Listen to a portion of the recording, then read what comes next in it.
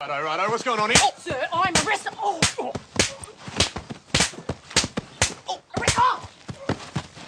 Guys, before this video starts, I just wanted to let you guys know that this is not my video. This was from Riot Games stream and I was able to record it so I can put it for you guys who didn't have a time to basically watch it. But there was a lot of good information in the stream, so they basically talk about how the game is gonna play out and how they had to remake the whole thing, and they actually showcased some of the runes and some of the new items and they talked about it. So it's a pretty good video, so make sure you guys stay around for that. But again, this was actually from Riot, so I'm gonna have the links to the social media of the people who were actually there. So one of them was Feral Pony, if I'm not spelling his name wrong. He's the head designer at Wild Rift League of Legends Mobile. So I'm gonna have the link to his social media so you guys can go ahead, and if you guys have any kind of questions, you guys can go ahead and ask him yourself. Anyways, I hope you authentic League of Legends gameplay.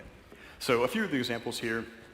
Example is Misfortune, right? The kit's basically the same, but her double up skill on PC is a targeted spell, whereas on our game, it's a directional skill shot. Now this is a change we do all the time on PC. We've done it, I don't know, at least a dozen times since that I can remember.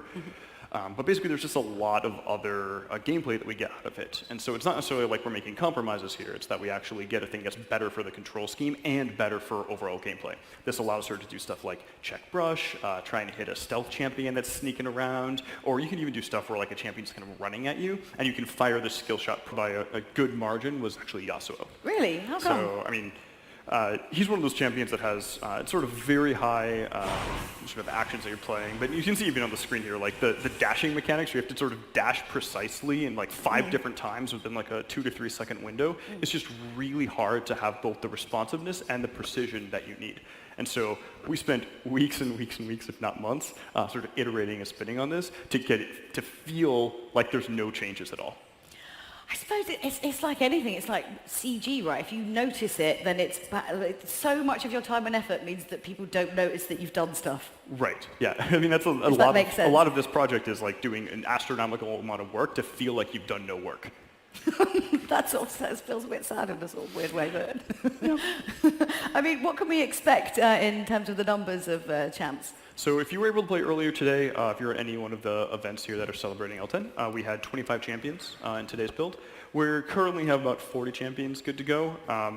So when we sort of go wider, obviously that's sort of a fun throwback to League of Legends having 40 champions on launch. That wasn't really the intent, that's just kind of how it shook out, and obviously we'll be adding. What can we expect in terms of the numbers of champs? So if you were able to play earlier today, if you're at any one of the events here that are celebrating L10, we had 25 champions in today's build. We currently have about 40 champions good to go.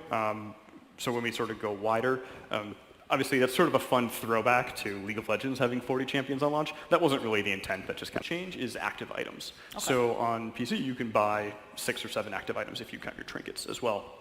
But the main difference here is that you can't add 7 buttons to a controller just randomly.